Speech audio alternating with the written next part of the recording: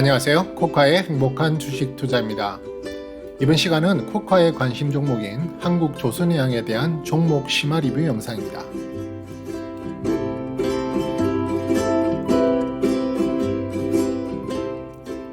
이 종목의 실적 변화에 따른 대응 전략의 변화가 필요한 것이 아닌지, 또한 기술적 접근 방법에 대해 하나하나 살펴보면서 공부해 보도록 해보겠습니다.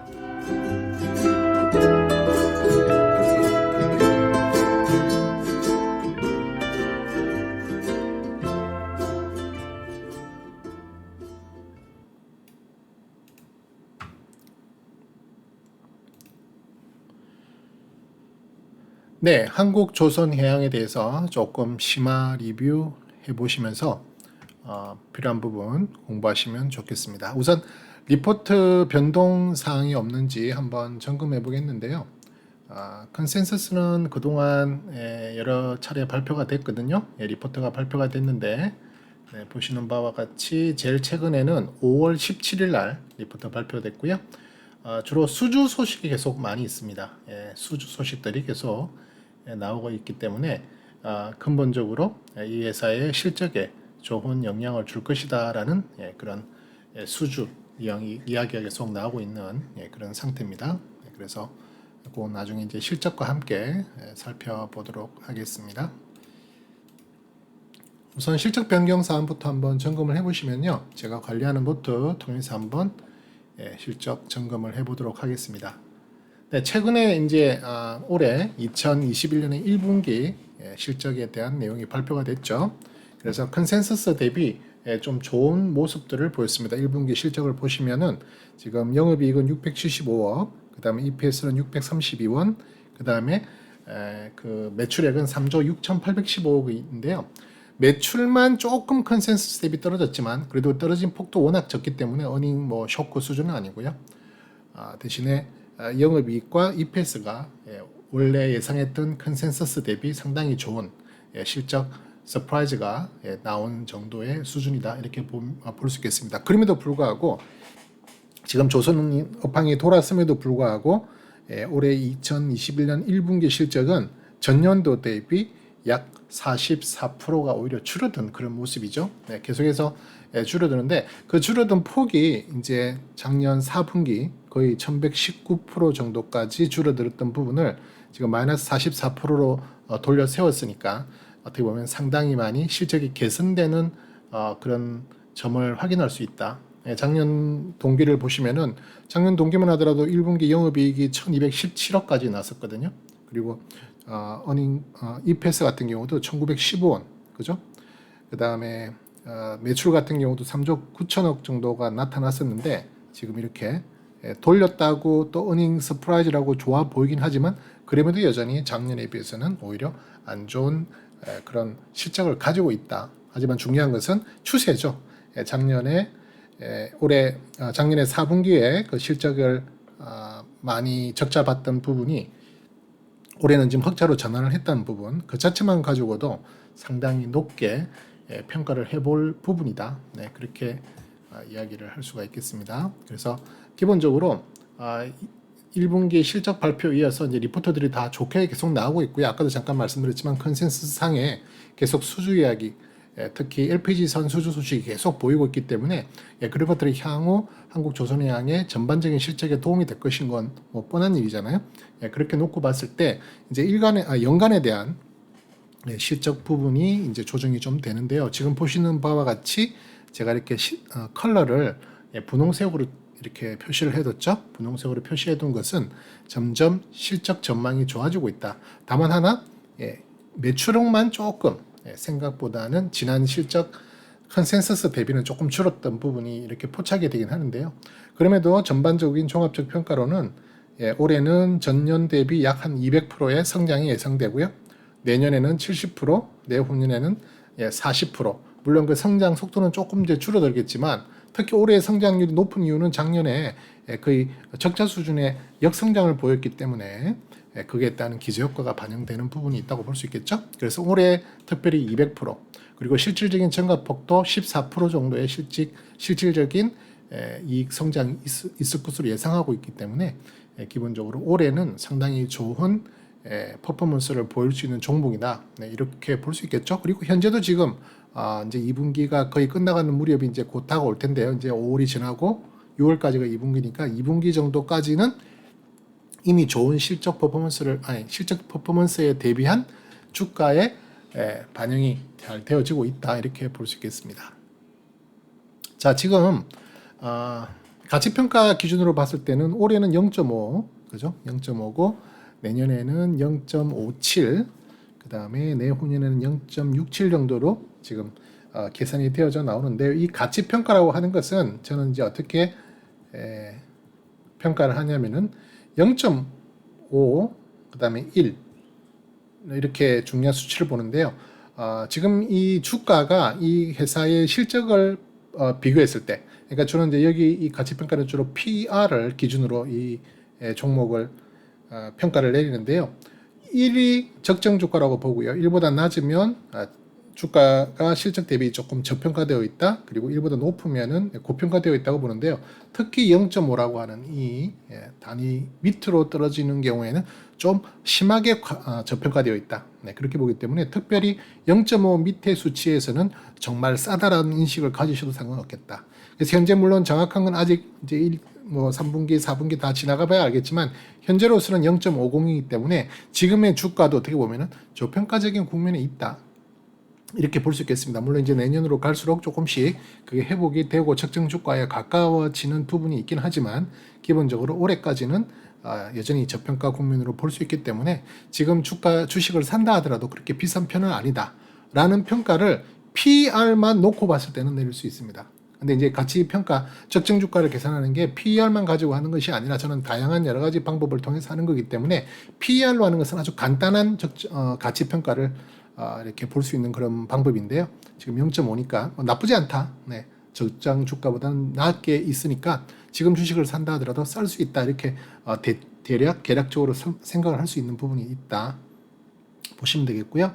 대신에 이제 내년에는 이제 200%의 성장에서 70% 성장으로 이렇게 떨어질 것으로 지금 전망이 되고 있잖아요. 그 부분도 물론 70% 성장도 낮은 성장률은 아니기 때문에 좋게 보는데요.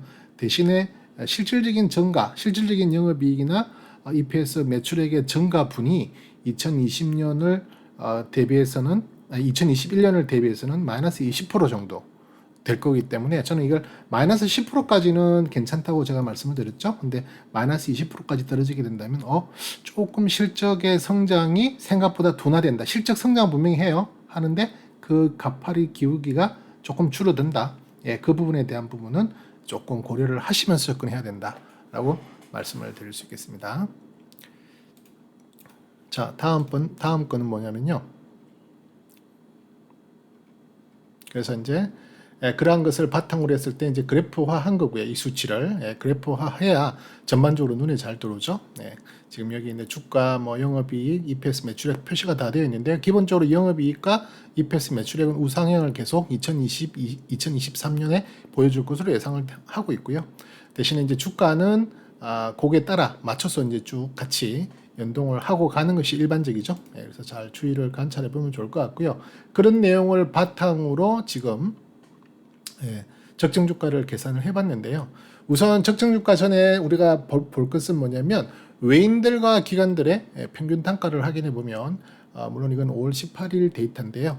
5월 18일 현재 데이터로 봤을 때는 약 14만 6,083원 14만 6,083원. 지금 현재 오늘의 종가가 14만 8천원이니까 현재 외인들과 기관들은 한국조선해양의 평균적인 단가를 본다면 현재 이익을 보고 있다. 이렇게 볼 수 있겠습니다. 그래서 현재는 이익을 보고 있는 상태고요. 이건 이제 60일, 20일, 10일 기관들은 계속 물량을 사 모으고 있는 거라고 보시면 될 것 같고요. 외인들은 최근 열흘 동안에는 조금 물량을 매도하고 있지만 여전히 60일, 20일 정도의 기간으로 봤을 때는 순매수의 기조를 보이고 있다. 이렇게 볼 수 있겠습니다. 그 다음에 적정주가 같은 경우에는 지난번 적정주가를 제가 4월 2일 날 한번 산출을 했던 적이 있는데 그때는 12만 6,526원이었고요. 현재는 13만 1,165원 13만 1,165원으로 지금 적정주가가 계산되어져 나오고요.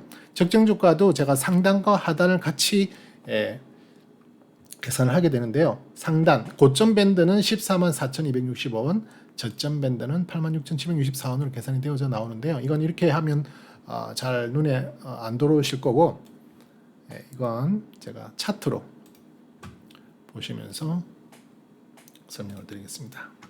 차트에 제가 표시를 해놨죠. 제가 주봉 차트에다가 이 적정 주가를 표시를 해놓게 되는데요.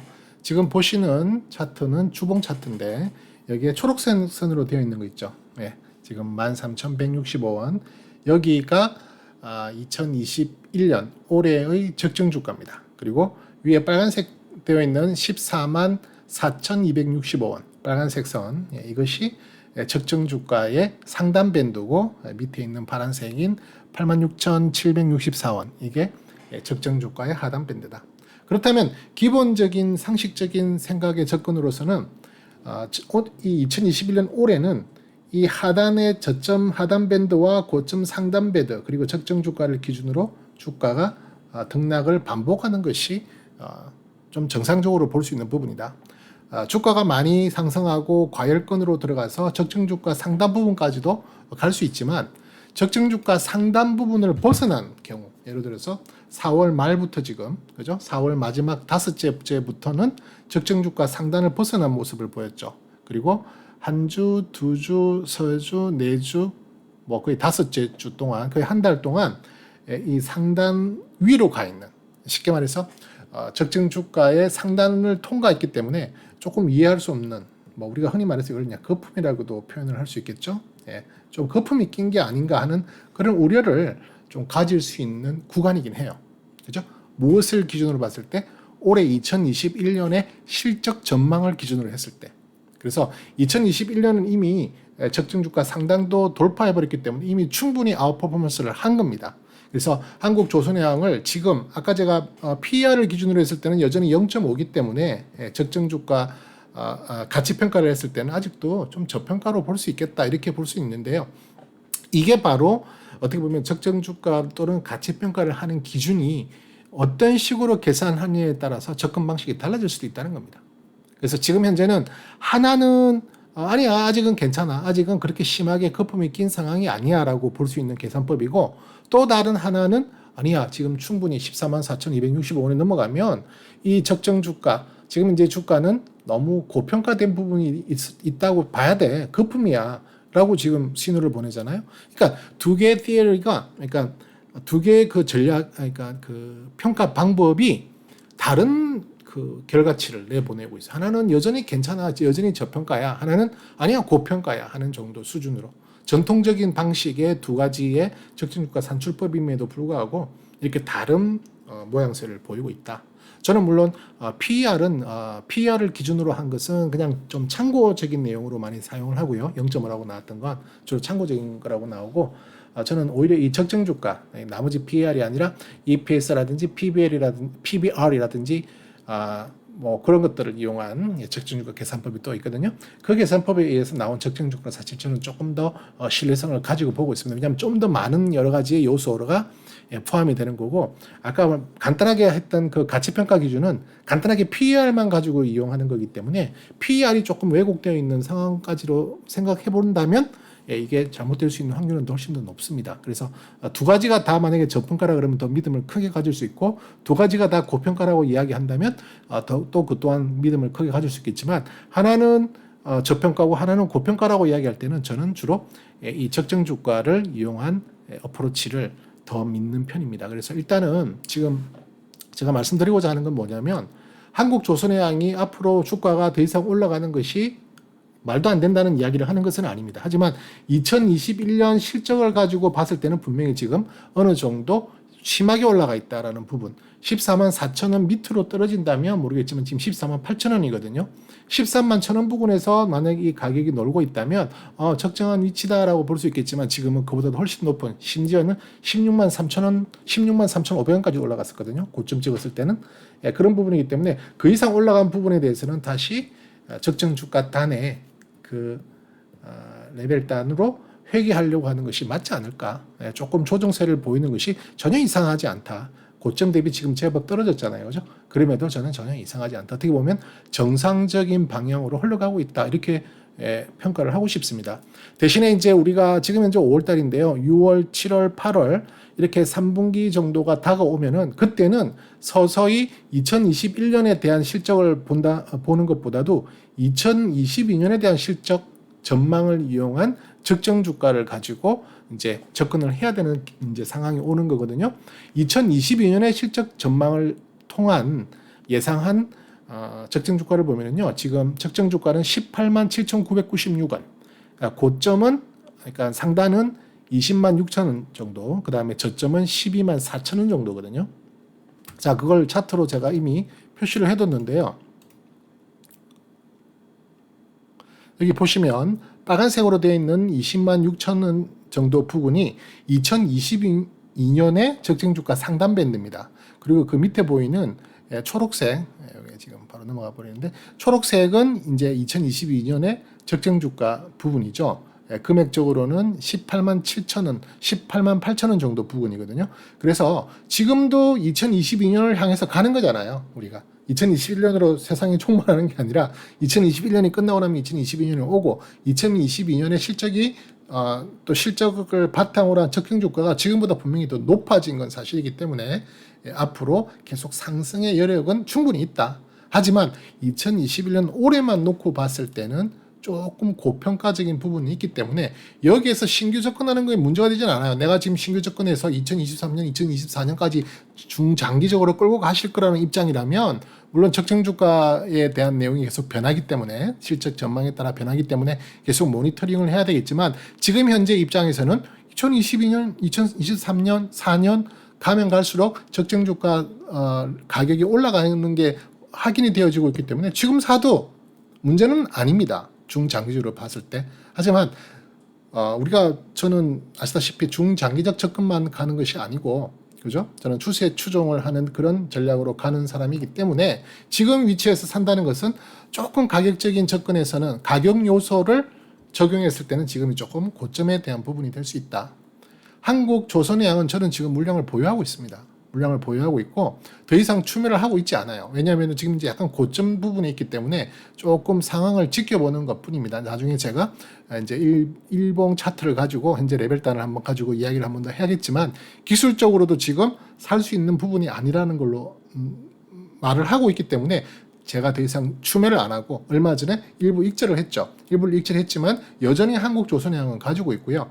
내가 지지선이라고 생각하는 부분이 무너지지 않을 때까지는 계속 가져간다. 그게 기본적인 방향입니다. 한국조선해양은 여전히 2022년, 2023년 갈수록 실적은 좋아지는 거고 물론 그 성장률이 조금 둔화되는 게 분명히 확인되는 부분이 있지만 그럼에도 계속 좋게 장기적으로는 가는 부분이기 때문에 특별하게 한국조선해양이 기술적으로 추세적으로 저에게 이젠 상승 추세가 끝났고 하락 추세가 시작이야라고 말을 하기 전까지는 계속 보유하고 가져가는 것이 맞는 거다. 그렇게 설명을 드립니다. 자, 다음은요. 이제 기술적으로 한번 차트를 살펴보겠는데요. 지금 주봉 차트가 켜져 있으니까 주봉 차트를 가지고 말씀을 계속 이어갈게요. 지금 보시면은 메뉴에 제가 표시해 두고 있는 것이 보스티안이라는 지수입니다. 이 보스티안이라고 하는 지수는 주봉 차트에서만 제가 적용을 하는데요. 물론 차트상의 일봉 차트나 월봉 연간 다 제가 그건 차트는 보이고 있지만 해석은 제가 주봉 차트에서만 합니다. 이 보스티안이라는 지수는 정확하게 설명드리면 되게 복잡하니까 여러분들이 시간 나실 때 포털을 이용해서 한번 공부해 보시고요. 간단하게 이걸 저는 어떻게 해석하느냐. 이것은 주 세력, 우리가 흔히 주포라 그러죠. 이 주가를, 그러니까 한국조선해양이라는 주가를 상승시키거나 하락시키는데 조금 더 영향력이 있다고 판단될 수 있는 세력, 그죠? 우리가 흔히 주포라고도 말을 하는데요. 그 주포들의 방향성 또는 현재 상황을 이 보스티안 지수를 통해 알 수 있거든요. 지금 보시다시피 이게 3주 전부터 데드크로스가 났죠.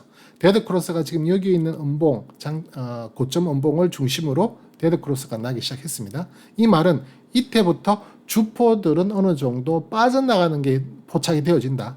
밑에 있는 수급 라인에서도 보면 아시겠지만 세력들, 특히 외국인과 기관의 합이 지금 밑으로 떨어지고 있잖아요. 쉽게 말해서 이 부분부터 매도를 치는 거고 이 부분부터 매도를 치다 보니까 세력의 영향력이 큰 세력들이 매도를 치다 보니까 당연히 주가도 거기에 맞게끔 밀고 있는 형국을 보여주는 거예요. 그래서 보스티안 지수를 통해서 지금 세력들이 움직임을 정확하게 포착하기는 어렵지만 계략적으로 지금은 이제 데드가 났기 때문에 3주 정도 계속 매도를 하고 있는 모습이다. 언제부터 매수를 시작했죠? 매수를 시작한 것은 사실은 2월 말 또는 3월 중순 요때 잠깐 매도 매수 매도 이런 식으로 보이긴 했지만 매수 매도 매수를 보이긴 했지만 실질적으로는 3월 둘째 주부터 지금 계속 물량을 모아가는 모습을 보였고요.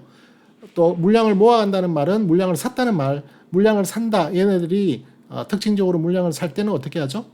주가를 끌어올리면서 사죠, 그죠? 주가를 끌어올리면서 사서 이제 지난 5월 둘째 주부터는 이제 이게 데드 크로스가 발생했고 세력들이 이탈이 조금 포착이 되는 그런 상황이다. 네, 이렇게 말씀을 드릴 수 있겠습니다. 그래서 그걸 피보나치 피보나치래 보스티안 지수를 통해서 알 수 있는 거고요. 그 다음 제가 설명드릴 것은 주봉상에는 제가 피보나치 수요를 그어놨습니다. 여기 보시면은 여기 레벨 여기 그 가격대 그 다음에 상단인 이 가격대 사이에 이렇게 초록색 연두색 선으로 이렇게 점선으로 되어 있는 선이 있습니다. 이게 이제 피보나치 수열이라고 하는 것인데요. 제 영상을 많이 보신 분들은 대충 뭔지 아실 거고요. 잘 모르시는 분들은 역시 포털에서 조금 더 공부하시고 들으시면 좋다. 네, 그래서 이 전체적인 이 한국조선해양은 실질적으로 작년 11월 둘째 주부터 실질적으로 상승의 시세를 내기 시작했다. 이때부터 추세를 만들기 시작했다고 볼 수 있거든요. 그래서 11월, 12월, 그 다음에 올해 1월에 잠깐 3주 연속 하락세를 보이긴 했지만 그럼에도 불구하고 추세를 완전히 무너뜨렸다고 보기는 어려운 수준이었고요. 다행스럽게 어느 정도 조정을 마치고 재차 두 번째 상승 파동을 만들었다. 그렇게 볼 수 있거든요. 피보나치 수열은 또 우리 엘리어트 파동하고도 어느 정도 연관성이 있습니다. 물론 같은 사람이 개발해낸 지표는 아니지만 어쨌든 근본적인 어떤 그 개념의 이해를 하다 보면 상당히 두 개의 파동 이론은 비슷한 상황이 좀 보인다. 네, 그렇게 볼 수 있거든요.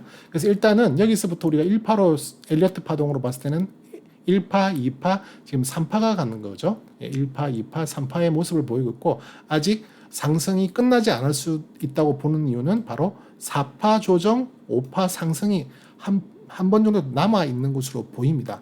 그래서 엘리어트 파동 이론상으로는 아직도 더 남아 있고요. 그 다음에 피보나치 수열상으로도 피보나치 수열은 지금 밑에 보시면은 제일 고점과 저점 중앙에 24% 부근, 38% 부근, 50% 부근, 62% 부근, 74% 부근에 어떤 특별한 의미가 있을 만한 지지대가 있다.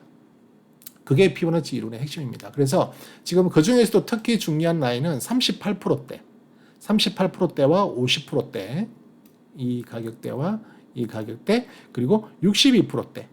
이 세 라인은 특별히 더 강한 지지력을 보일 가능성이 크고요.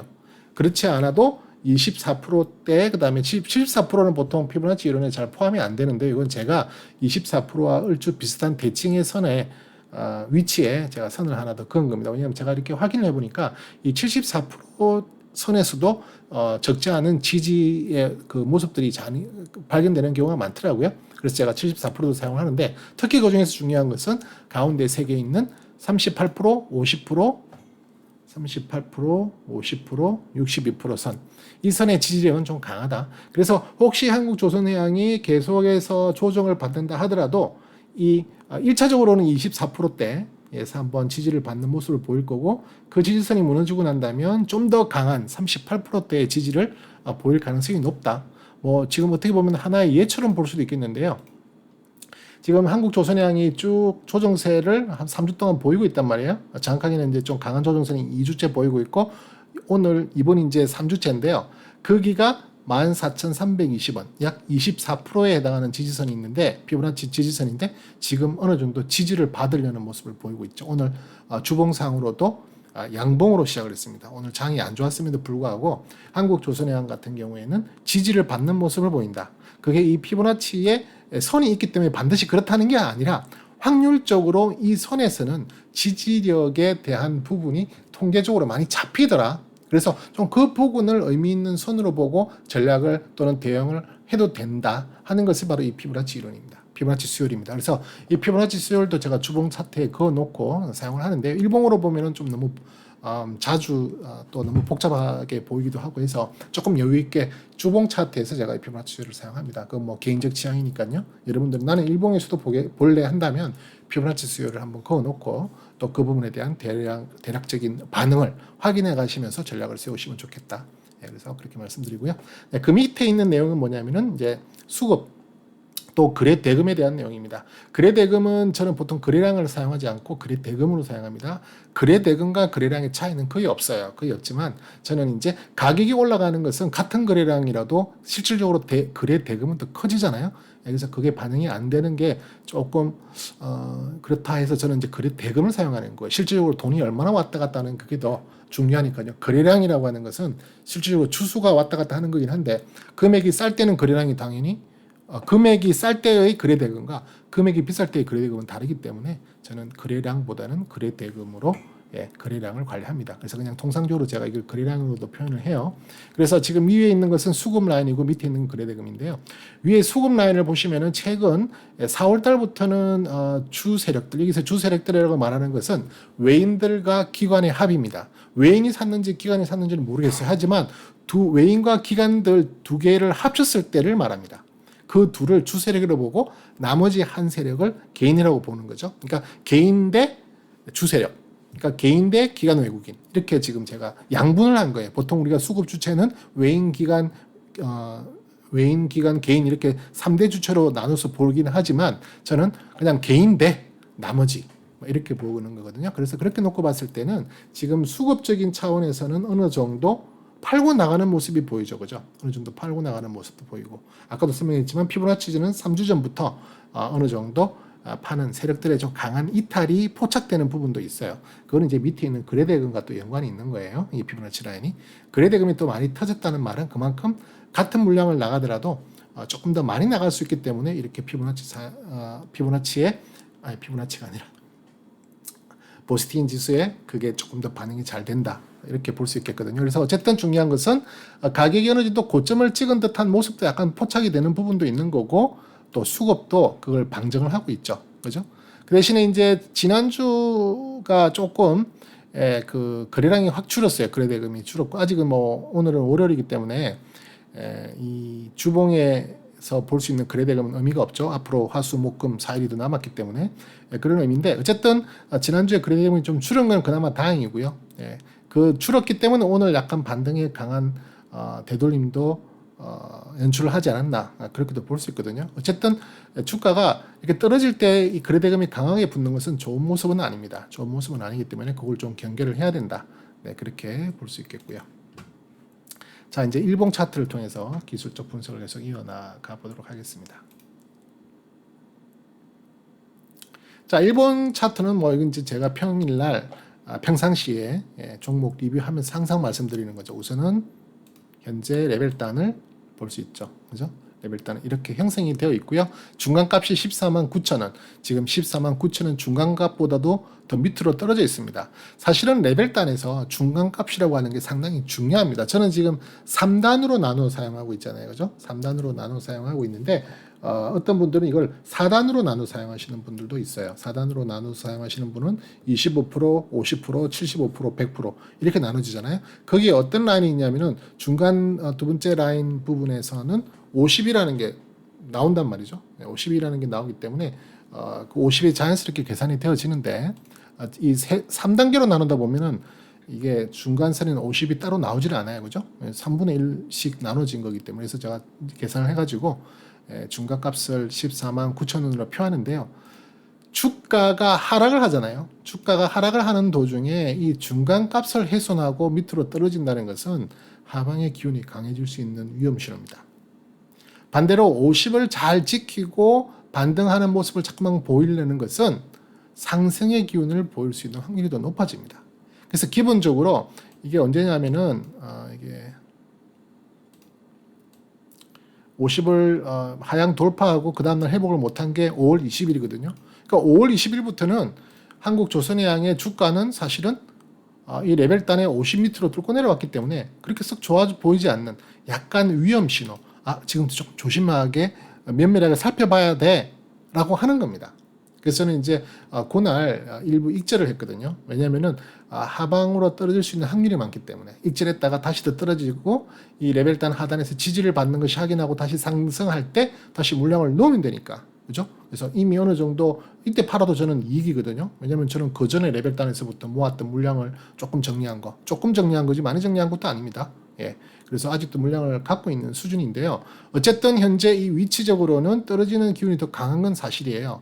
오늘 만약에 지난 그 50 라인이 14만 9천 원을 완전히 돌파하고 안착했으면 좋았을 텐데 오늘 14만 9천 원에 맞고 떨어졌거든요. 위에 꼬리를 달았어요. 그죠? 조금 더 크게 보시면은 오늘 고점이 얼마였냐면은 14만 9천 원이었습니다. 14만 9천 원. 이 14만 9천 원이 위에 있을 때는 가격이 위에 있을 때는 어떻게 보면 상당히 강한 지지선의 역할 또 중요한 가격대로 볼 수 있겠지만 밑으로 떨어졌을 때는 이걸 또 돌파해야 되는 오히려 반대로 돌파해야 되는 하나의 저항선의 의미로 다가올 수도 있거든요. 그래서 지금 14만 9천 원 오늘 떨었으면 좋았는데 물론 뭐 내일 뚫는다면 이제 다행스러운 일이고요. 하지만 지금 기본적으로는 어떻게 볼 수 있느냐? 상승, 하락, 상승, 하락이죠. 자, 고점과 고점을 낮추고 저점과 저점을 낮춰버렸어요. 그러면 단기적인 그 차트, 그러니까 주가의 움직임으로 봤을 때는 지금 추세 하락이죠. 단기적인 겁니다. 단기적인 것을 일일이 대응하기는 어렵지만 어느 정도 물량 비중을 조절하는 가운데에서는 지금 한국조선해양은 조금 하방의 압력이 더 강하구나. 자, 이게 어떤 식으로 진행이 되어야만 다시 상승 추세, 그러니까 추세가 상승한다라는 곳으로 봐줄 수 있을까요? 여기가 저점이고 이게 전 고점입니다. 그죠? 이렇게 떨어졌단 말이에요. 떨어진 게 지금 다시 올라가야겠죠. 올라가는데 그냥 올라가다 떨어지면 또 한 번의 하락 파동의 연장 생산이 될 뿐입니다. 하락이 되고 있다. 하락 추세가 점점 커지는구나라는 걸 확신을 줄 수 있겠죠. 그죠? 그때부터는 정말 이제 위험 요소로 보고 대응을 준비를 해야 됩니다. 그런데 이렇게 되지 않고 여기에서 전 고점을 돌파하는 상승이 나와요. 이렇게 된다고 해서 그러니까 떨어졌죠? 상승했죠. 이렇게 된다고 해서 추세가 상승으로 전환됐다? 말을 할 수 있을까요? 아닙니다. 아직은 추세를 전환했다고 볼 수 없어요. 한 번 정도 돌파한 것은 그나마 다행이고 추세 상승을 위한 준비 단계로 볼 수 있죠. 왜냐하면 추세 상승은 그 다음 파동을 확인해야 됩니다. 그 다음 떨어지는 파동이 전 저점 밑으로 안 떨어지고 또 한 번의 상승으로 고점을 뚫어야만 그때서부터 추세 상승이라는 말을 쓸 수가 있는 거예요.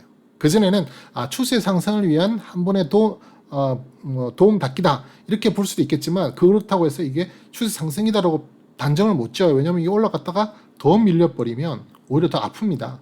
더 강하게 떨어질 수도 있어요. 여기에 오히려 몰린 분들이 나중에 더 크게 악성 매물로 작용할 수도 있는 거죠. 그런 부분 때문에 추세 상승이라는 것을 지금은 분명히 추세 하락을 하고 판단을 할 수 있어요. 단기적 추세 하락이다. 왜? 상승, 하락, 상승, 하락이 계속 저점의 두 개를 만들었고 고점 두 개도 떨어지는 것으로 확인했잖아요. 그죠? 떨어지는 것을 확인했기 때문에 이건 누가 봐도 추세 하락이란 단기적 추세 하락의 모양이다. 볼 수 있는 거고 심지어는 50도 무너뜨렸다. 50. 레벨단의 50% 부근도 무너뜨렸다. 아까 피보나치 이론으로 봤을 때도 그죠? 50%가 중요한 그 가격 지지선이 된다고 말씀드렸잖아요. 50이 상당히 중요한 선입니다. 가운데 선이. 그죠? 우리 일봉 봉 하나 캔들 하루의 봉을 보더라도 그 바디의 50%를 지키느냐 그 다음날 음봉이 50%를 무너뜨리느냐 안 무너뜨리느냐에 따라서 상당히 중요하게 여기는 경우도 많은데요. 이런 추세 라인에서 특히 더 중요하겠죠. 그래서 지금 현재로서는 조금 경계해야 되고 집중적으로 모니터를 해야 되는 상황이다. 누가? 한국조선해양 물량을 가지고 계신 분이라면.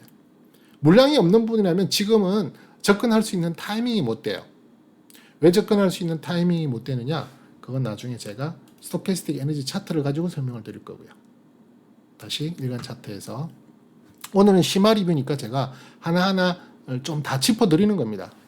시간을 여기 한국조선해양만 가지고 지금 하는 거니까요. 자, 그 다음 볼린지 밴드는 제가 영상을 갖고 있잖아요. 그죠? 여러분들에게 코카이 아카데미 영상을 가지고 있기 때문에 볼린저 밴드에 대해서 조금 더 공부를 하시고 싶으신 분들은 제가 오른쪽 상단에 그 볼린저 밴드의 그 내용에 대한 링크를 걸어 놓을 테니까 한번 시간 내셔서 보시면 좋겠습니다. 뭐 이미 보신 분들도 있겠지만, 자, 볼린저 밴드 같은 경우에는 지금 볼린저 밴드를 마지막 상단, 그러니까 볼린저 밴드는 상단과 하단이 있죠. 그리고 가운데 중앙선이 있습니다. 저는 20 볼린저 밴드를 쓰기 때문에 가운데 중앙선이 21이동 평균이라고 그랬죠. 자, 그림으로 표시를 해보자면 요게 볼린저 밴드 상단이고요. 그 다음에 요게 볼린저 밴드 하단이죠. 하단이고요. 그 다음에 여기 있는 빨간색 선이 21이동 평균입니다. 21이동 평균을 중심으로 아래 위로 밴드를 갖고 있는 거죠. 그게 볼린저 밴드입니다. 자, 볼린저 밴드에서 제가 중요하게 여기는 것은 상단을 맞았으면 하단을 맞으러 가는 것이 일반적이다. 그렇지만 가운데 있는 21이동 평균선이 근문소 역할을 한다. 그래서 상단에 맞았으면 하단으로 내려갈 텐데 21이동 평균선에서 근문을 받고 만약에 다시 돌아가 그러면 다시 상단을 향해 갈 거고, 아니고 여기서 통과가 돼버리면 밑에 있는 하단 21 볼린저 밴드 하단을 향해서 갈 확률이 높다. 이런 이론에 간단하게 제가 설명을 드릴 수 있겠는데요. 지금 보시다시피 이날이 언제냐면은 5월 3일 있죠. 이날 5월 3일 날짜가 그 볼린저 밴드의 상단과 만난 마지막 봉이죠. 그 봉 이후에 첫 번째 떨어진, 그러니까 볼린저 밴드와 이탈한 첫 번째 음봉부터는 하락의 기운이 나와야 됩니다. 하락의 기운이 나오기 때문에 정말 중요한 봉이었는데, 중요한 것은 그 다음날 양봉이 그 하단의 음봉을 장악해버리고 다시 올라가는 강한 기운을 보였어요. 그러다 보니까 다시 한번 재차 볼린저 밴드 상단을 향해서 갔지만, 안타깝게도 볼린저 밴드 상단은 만나지 못했고 재차 하락하는 모습을 보였어요. 이번에는 21이동 평균선도 패스를 해버렸어요. 21이동선을 패스를 해버렸고, 지금 다시 오늘 조금 반등하면서 그 21을 돌파하려고 하는 모습 보였지만 21이동 평균 돌파 못했습니다. 그죠? 이렇게 되면은 내일 물론 올라간다면은 조금 다행스러운 이야기지만, 그렇지 않다면 이거 밑으로 떨어질 확률이 훨씬 많습니다. 그렇게 된다면 우리 레벨 단이 얼마죠? 13만 6천 원이죠. 13만 6천원이 현재 레벨 단의 바닥입니다. 이 바닥선을 이탈하는 모양새가 나온다면 그때는 이제는 물량을 다 청산하는 것을 고려해야 됩니다. 내가 아주 가지고 있는 물량이 아주 많고 수익률이 상당히 높다. 여러 가지 이제 가능성을 또 가지고 전략을 세울 수가 있는데요. 내가 지금 수익률이 최소한 30% 이상에, 그리고 물량이 내 전체 비중의 30% 이상이 있다. 그렇다면 한 절반 정도, 3분의 1이나 한 절반 정도만 청산하세요. 나머지는 계속 가져가도 됩니다. 왜냐하면 그 다음 레벨 단이 이제 레벨 다운이 시작될 거거든요. 레벨 다운을 나는 버틸 거다.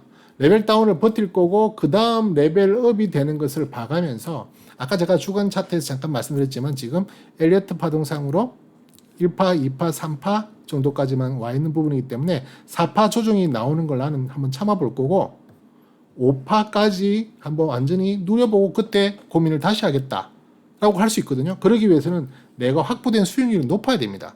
왜냐하면 지금부터 많이 떨어지면 30%도 떨어질 수 있어요. 내가 지금 가지고 있는 이 30%라는 수익률을 본전 이상으로 정도까지 내가 버텨볼 거야. 그리고 그 구간에 오히려 내가 물량을 더 늘려볼 거야 라는 개념으로 가시는 분들이라면 버텨셔도 됩니다. 하지만 지금 현재 내가 수익률이 10%다. 그리고 전체 포트의 한 10%를 담고 있다. 그러면 이거 버틸 수 있는 상황이 못 됩니다. 물량이 그렇게 버티고 할 만큼의 물량이 아니기 때문에 이건 어느 정도 청산의 접근으로 가시는 게 좋다. 왜냐하면 추세가 이제 상승 추세에서 하방 추세로 레벨 단에서부터 보여주기 시작하는 거잖아요. 그죠? 그렇기 때문에 조금 더 조심을 해야 된다. 물론 아직 13만 6천 원이 되기 위해서는 조금 더 하락이 나와야 되기 때문에 지금 당장 뭐 겁을 내고 하실 필요는 없습니다. 지금은 모른 척하고 가져가는 거예요. 언제까지 14만 6천 원이 무너지고 추세가 이탈하는 것이 어느 정도 확신되고 확인되어질 때까지는 모른 척하고 가져가는 겁니다. 상당히 중요한 겁니다. 그걸 못하시면 수익률을 계속 크게 만들어 못 나갑니다. 50%, 100%짜리, 200%짜리, 300%짜리를 못 만들어내는 거예요. 쭉 끌고 나갈 수가 없기 때문에. 그러니까 쭉 끌고 나가시는 과정 속에 있다는 점을 고려하시고, 지금 내가 특별하게 문제가 된 수준이 아니라면 홀드 계속 가져가는 겁니다.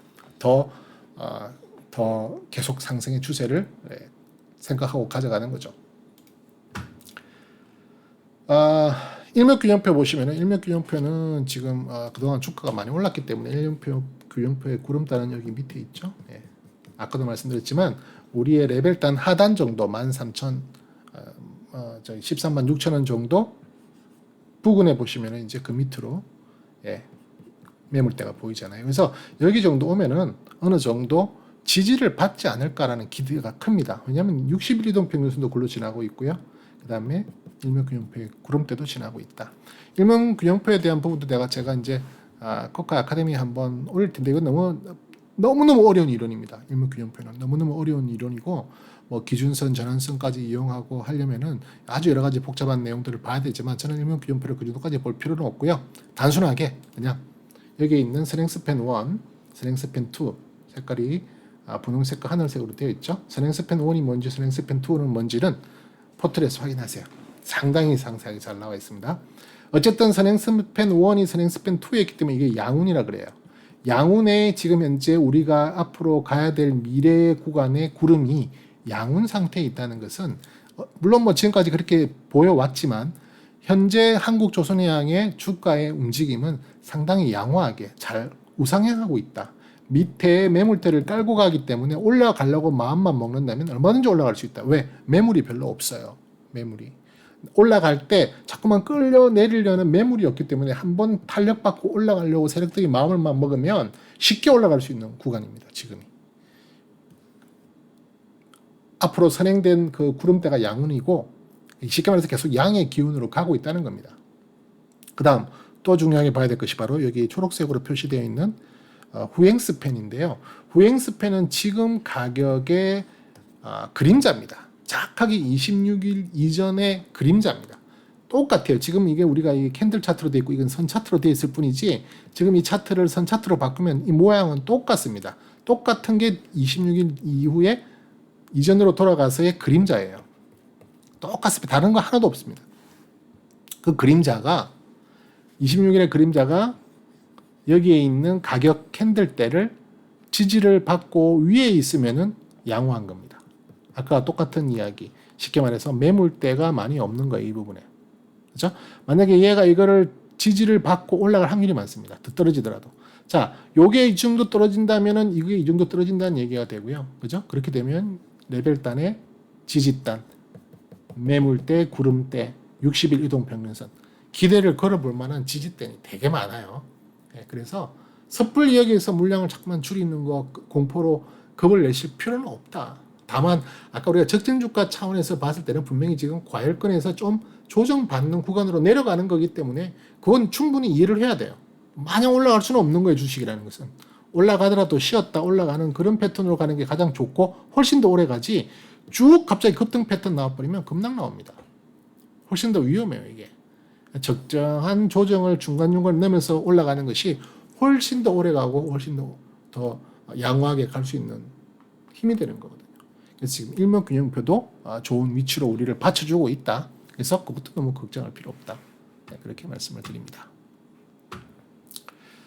자, 그래서 일단 스토캐스틱 차트는 제가 널장 설명을 드리는 부분이죠. 지금 제가 주가가 계속 조정받는다고 말씀드리는 이유가 바로 주간 스토캐스틱이 하방으로 떨어지고 있잖아요. 그죠? 어느 정도 주간 스토캐스틱 입장에서는 조정 기운이 시작됐다. 제법 많이 올랐었어요. 그죠?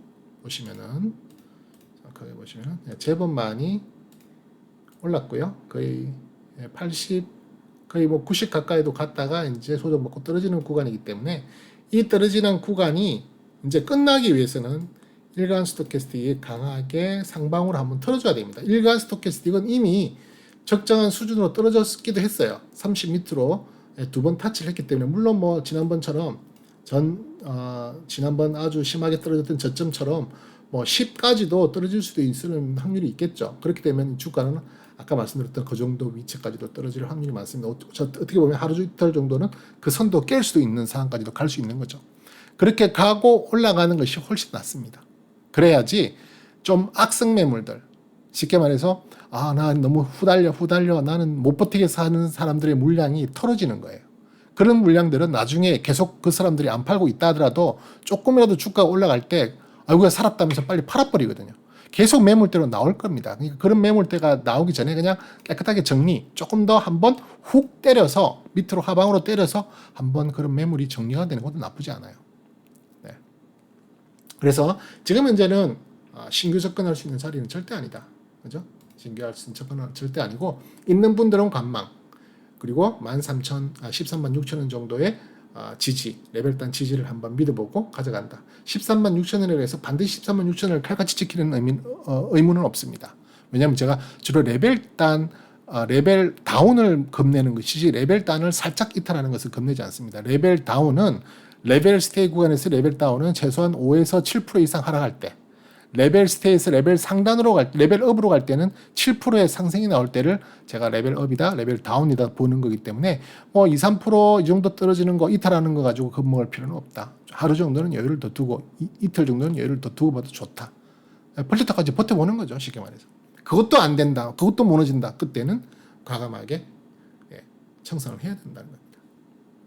아시겠죠? 그래서 주한 스토캐스틱 끝까지 이야기 말씀드리고요. DMI 지표 보시면은 조금 안 좋은 상태로 제가 보는 이유 중에 하나가 바로 또 이 DMI 지표입니다. D 플러스 값이 D 마이너스 값을 뚫고 밑으로 내려갔어요. 이때는 절대적으로 물량을 사면 안 돼요. 물량 매매 금지, 매매 금지라기보다는 매수 금지, 매수를 하시면 안 되는 입장입니다. 매도를 하는 것은 매도는 하실 수 있어요. 하지만 매수는 절대 금지. 이때는 음의 기운이 훨씬 강하고 아랫방향으로 떨어지려는 기운이 강한 그런 구간입니다. 네, 그런 구간이기 때문에 절대적으로 조심하셔야 되는 구간이 된다. 그래서 DMI 지표적으로도 좋지는 않은 모습. 그죠? 그래서 한국조선해양은 지금 조금 주의를 기울여야 할 그런 구간이 있다. 또 하나 헤이킨 차트라고 하는 차트를 보는데요. 헤이킨 차트도 포털동을 통해서 좀 확인해 볼 수 있는 그런 내용입니다. 뭐 그렇게 어려운 내용은 아니고요. 아주 간단한, 하지만 어떤 추세를 조금 더 이렇게 오르락 내리락 오르락 하는 것을 좀 완만하게 만들어서 좀 추세 라인을 좀 이렇게 한눈에 볼 수 있게끔 그렇게 만든 차트라고 보면 되는데요. 아주 간단한 원리로 시작합니다. 이 시작 가격이 전날에 바디의 중간부터 시작한다는 게 좀 특이해요. 어쨌든 이것도 한번 관심 있으신 분들은 보시고요. 지금 현재 보시면은 저는 일간 차트로 봐야죠. 일간 차트로 보신다면은 저는 이 한국 조선해양이 언제부터 사실은 데드가 발생했냐면은 헤이켄 차트상으로 말씀드리는 겁니다. 5월 13일부터 하락 추세가 시작됐다. 단기 하락 추세. 아까 제가 설명드렸잖아요. 그죠? 단기 하락 추세가 여러 군데서 포착이 되는 거예요. 5월 13일부터 단기 하락 추세가 포착이 되고 지금도 계속 그 하락 추세가 이어지고 있다. 그래서 여기 밑에 음봉의 꼬리 부분들이 있잖아요. 꼬리 부분들이 나오는 것은 좋지 않습니다. 꼬리 부분이 나온다는 것은 제가 이렇게도 표현했죠. 아랫방향이 하살표다 생각하세요. 아랫방향으로 내려가겠다라는 그런 시도다. 좋은 게 아니다. 그렇게 말씀드렸죠. 다만 조금 재밌는 것은 그제 음봉과 달리 오늘의 음봉은 위에 윗꼬리도 달았어요. 아랫꼬리도 있지만 윗꼬리도 달았어요. 아랫꼬리, 윗꼬리가 다 달아있다는 건 윗방향, 물론 더 짧지만 윗방향으로의 화살표도 약간은 만들었다. 물론 오늘 양봉이 나왔으니까 그렇게 표현이 됐을 수도 있겠는데요. 이것이 만약에 내일 음봉이라도 밑에 꼬리가 없어지고 위에 꼬리가 많아지는 음봉이 출현한다면 오히려 상승의 전환점이 곧 다가올 수도 있겠다라고 판단하시면 됩니다. 그래서 현재는 지금도 계속 하락 추세에 있지만 잘하면 상승 추세에 양봉이 출현할 수도 있는 가능성이 조금 있겠다라는 것을 열어두시고, 그죠? 오늘 양봉이 상당히 열일했어요. 3.5%의 양봉 오늘 열일했습니다. 그래서 그게 조금 반영이 될 수도 있겠다라는 기분으로 가져가시면 좋겠고요. 오늘은 수급적으로도 외인하고 기관들이 다 양매수를 했잖아요. 그래서 조금 좋아 보이는 부분이 있고, 물론 뭐 오늘 실질적인 이야기가 또 리포트가 하나 나오는 부분이 있어서 그렇게 돌린 것 같기도 한데요. 어쨌든 이 부분에서도 좋은 부분이라고 볼 수 있는 부분이죠. 그래서 헤이킨 차트 잠깐 설명드렸고요. 자, 또 하나 볼 수 있는 기술적인 내용은 RSI, CCI인데요. 자, RSI, CCI는 주로 추세선을 그어서 많이 활용을 하시면 됩니다. 자, 하락 추세선을 이렇게 그어볼게요. 그죠? CCI도 하락 추세선을 이렇게 그어볼게요. 지금 정확하게 선을 정확하게 그어봐야 되겠지만 이런 식으로 조금 하락 추세를 돌파하려는 모습이 살짝 노출이 됐죠. 그죠? 그래서 RSI, CCI적으로는 내일 만약에 하루 정도 더 상승의 기운을 보인다면 오히려 좋은 매수 타점으로 RSI, CCI에서의 입장입니다. 전체적으로 고려해야 되고요. 우리는 RSI, CCI만 봤을 때는 조금 괜찮은 부분으로 돌린다. 이렇게 보시면 되겠고요. 반면에 아직 MACD는 아직도 조금 하락의 모습인데요. MACD 오실레이터는 조금 돌아가는 모습이 보였죠. 오늘 당연히 양봉 때문에 그랬겠죠. 더 떨어지던 모습이 약간 줄었지만 MACD 선 자체는 아직도 계속 하방을 하고 있다. 그래서 요게 지금 MACD 같은 경우에는 MACD 오실레이터 같은 경우는 위로 올라갔다가 다시 좀 떨어졌다가 다시 한번 올라갈 때는 매수 사인 뜨는 거거든요. 그때는 매수 타점으로 봐도 됩니다. 그렇게 되면 아마 MACD 라인도 어느 정도 이런 골든이 날 확률이 많을 겁니다. 그렇게 되면 조금 더 안정적으로 한국조선해양이 죽이려다 살려내는구나라는 입장으로 가도 된다는 거죠. 그죠? 근데 그건 조금 더 며칠 더 지켜봐야 되는 부분이기 때문에 지금 단순하게 지금 판단하기는 어려울 수도 있다. 자, 어쨌든 제가 여러 가지 내용들을 한번 살펴봤는데요. 다시 한번 결론을 내리자면 지금 한국조선해양은 좋은 실적을 바탕으로 올해 1월 달부터 계속해서 좋은 아웃퍼폼을 보이고 있다. 주가 대비 상당히 좋은 모습을 보이고 있다. 그걸 또 어디서 확인할 수 있죠? 조선 대표주의 업종 섹터 차트입니다. 여기 빨간색은 거래소고요. 파란색은 코스닥인데요. 지금 우리가 지금 하고 있는 한국조선해양은 당연히 거래소니까 이 빨간색 거래소만 보면 되겠죠. 전체적으로 강한 상승세를 지금 보여주고 있어요. 이 오렌지색이 지금 섹터의 차트입니다. 강한 선을 보이고 있는데 최근에 와서 그죠? 최근 이제 5월 초부터 이런 모습을 보이고 있죠. 그것도 아까 설명드렸다시피 고점, 저점, 고점, 저점, 고점 이런 그죠? 추세 하락의 모습을 보이고 있다. 그게 조금 안 좋은 거예요. 그죠? 안 좋은데 이건 단기적인 거고 장기적인 추세선을 이렇게 지금 그어 볼 수 있잖아요. 이렇게 장기선을 그어 볼 수 있는데 이 장기선을 봤을 때는 장기선을 지지하고 올리려는 모습을 오늘 보여줬다. 그나마 이게 연속적으로 계속 올라가서 전고점을 돌파하고 살짝 조정을 받더라도 다시 밀리지 않고 또 올라가는 모습을 이어진다면 그때는 살아나는 겁니다. 다시 재차 살아나는 겁니다. 그렇게 됐을 때는 한국조선해양 물량도 늘려도 돼요. 팍팍팍 늘려도 돼요. 나 지금은 그걸 확인하기 전까지니까 시세를 확인하기 전까지니까 추세를 확인하기 전에는 섣불리 움직이지 말자. 그게 추세 추종 매매의 기본 핵심입니다. 추세가 살아났다는 것을 확인하고 내가 돈을 조금 더 주더라도 확실히 더 좋은 상황에서 매기가 붙는다는 걸 확인한 상태에서 들어가라. 자꾸만 떨어지는 거 물타기 하지 마시고요. 떨어지는 것 더 싸게 만든다고 평균 단가 낮춘다고 더 물량 늘리지 마시라는 거예요. 지금은 아무것도 할 게 없어요. 그냥 기다리는 거 무조건. 잘못하면 죽는데요. 죽을 상황이 오면 죽어버려야 돼요. 죽여버려야 돼요. 하지만 극적으로 살아난다? 그리고 그 상승세를 이용해서 더 강하게 다시 한 번 더 밀어붙여줘야 돼요. 그걸 자꾸만 이런 차트를 보고 확인해 가시면서 하시다 보면 여러분의 전략으로 만들어지는 겁니다. 그럼에도 현재 위치는 썩 낮은 위치 아니라 상당히 고평가되어 있는 상황으로 볼 수 있다. 이런 말로 한국조선해양을 가지고 계신 분들은 기분 나빠하실 수 있겠지만 저도 가지고 있어요. 저도 적지 않은 물량을 가지고 있다니까요. 수익률도 엄청나게 많이 나 있지만 그래서 겁이 나지 않아요. 좀 떨어져도 상관없다니까요. 떨어져도 나중에 그 수익률을 담보로 더 살 거예요. 하지만 떨어지는 것이 지극히 당연한 구간이라는 걸 말씀드리는 거예요. 고점에서 16만 원대의 물량을 사신 분들이라면 지금 제가 말하는 이 방송을 듣고 상당히 흥분하시겠죠.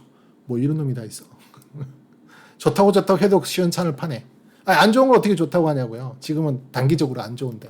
근데 영원히 안 좋나요? 아니에요. 단기적으로 안 좋은 거고 단기적으로 고평가 국면이기 때문에 어느 정도 조정이 나올 수 있다. 조정 나오는 게 이상하지 않다라는 것을 말씀드리는 겁니다. 그런 식으로 접근하셔야 돼요. 자꾸만 내가 가지고 있는 종목을 이쁘게만 보고 갈 것이 아니라 냉정하게 봐야 됩니다. 그래야만 잃지 않는 투자를 할 수 있는 겁니다. 심화 리뷰 통해서 조금 더 이 기술적인 내용들을 제가 상세하게 설명을 드리는 거고요. 또 계속 다른 종목을 이용해서 계속 반복적으로 드릴 겁니다. 듣다 보고 듣고 하다 보면 조금씩 이해가 될 거고 처음에는 무슨 말인지 못 알아들으실 거예요. 못 알아들어도 들으세요. 처음에 뭐가 쉬운 게 있습니까? 자꾸만 듣다 보면 숙달이 되고 익숙해지고 하면 그 다음부터 내 생각이 가미가 될 수 있는 수준에 가는 거죠. 처음에 무슨 말인지 몰라도 계속 들으세요. 그냥 그림만 보더라도 계속 들으세요. 그러면 분명히 여러분들 걸로 올 확률이 많다. 장시간 수고 많으셨고요. 지금까지 그거였습니다. 고맙습니다.